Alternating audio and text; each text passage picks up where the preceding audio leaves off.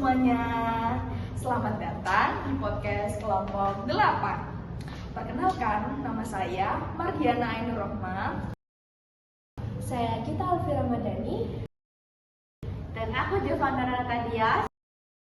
Di episode kali ini kita bakal ngobrolin topik yang penting banget nih, yaitu soal pembentukan perusahaan. Plus kita kasih bocoran nih soal perencanaan bisnis kita tersendiri.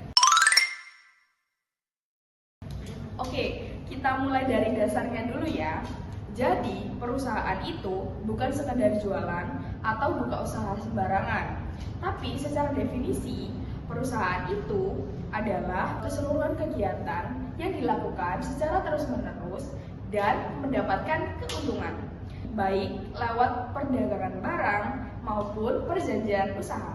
Nah, jadi kalau semisal kalian cuma jualan iseng-iseng aja, itu belum disebut perusahaan ya guys.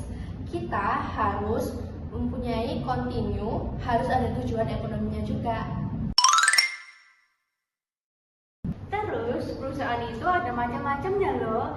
Ada perusahaan jasa kayak salon, bengkel, dan bank.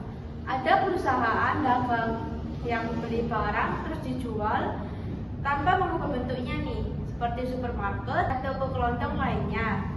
Lalu juga ada perusahaan manufaktur yang mengolah bahan baku jadi produk jadi, dan perusahaan pembiayaan seperti leasing kendaraan.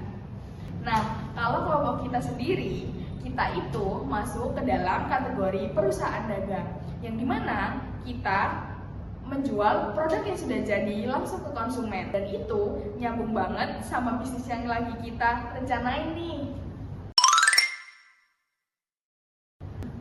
Tapi sebelum lanjut ke bisnis kita harus tahu banget nih cara mendirikan perusahaan yang benar. Pertama, kita harus menentukan nama PT yang belum digunakan sama orang lain.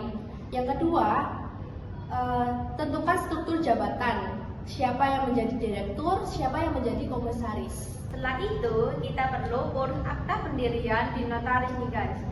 Minta pengesahan status badan hukum, tentukan bidang usaha sesuai KBLI. Dan tentukan skala usahanya, mikro kecil, menengah, atau besar. Dan yang terakhir, semua perizinan itu diurus lewat sistem OSS RBA, Online Single Submission berbasis risiko. Syaratnya juga harus lengkap. Yang pertama, punya modal usaha. Yang kedua, usahanya itu harus jelas di bidang apa. Yang ketiga, ada akta pendirian. Yang keempat, punya domisili usaha. Dan yang terakhir adalah punya NIB serta NPWP. Kalau semua itu sudah beres, perusahaan kita baru bisa beroperasi secara legal. Nah, sekarang kita masuk ke part yang paling kita tunggu-tunggu, yaitu perencanaan bisnis kelompok kita. Nah, kita mau merencanakan perusahaan dagang yang bernama Reka Tangan. Nah, reka tangan itu apa sih? Reka tangan adalah usaha yang menjual produk kerajinan tangan buatan sendiri, mulai dari gantungan kunci, aksesoris handmade, sampai produk-produk kreatif lainnya. Semuanya dibuat dengan sentuhan tangan, jadi setiap produknya punya nilai seni dan keunikan tersendiri. Nah, target pasar kita adalah semua masyarakat umum. Jadi, semua orang bisa menjadi pelanggan kita loh. Mulai dari anak muda, serta orang-orang yang mencari hadiah untuk orang-orang yang tersayang. Dan dengan mendirikan usaha ini secara resmi, kita pastiin semua prosedur pendirian usaha yang tadi kita bahas, kita jalani dengan aman.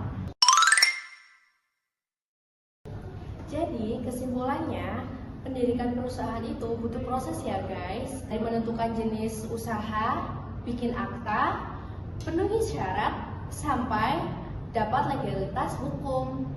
Dan buat di Reka Tangan sendiri, semua langkah itu bukan hambatan, tapi justru fondasi biar bisnis kita bisa tumbuh dengan kuat dan dipercaya banyak orang. Oke, sekian podcast dari kami, kelompok 8. Semoga cerita kami tentang Reka Tangan bisa menjadi inspirasi bagi semua orang yang ingin membuka usaha baru. Sampai jumpa, terima kasih.